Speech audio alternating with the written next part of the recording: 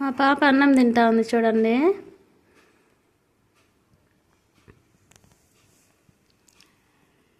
చిన్నడా ఎట్లా నాన్న బో తినేది?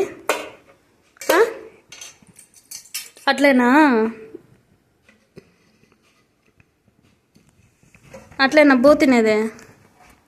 ఏరా పేదా నెత్తిన వేసుకో, నెత్తిన పెట్టుకుంటావా?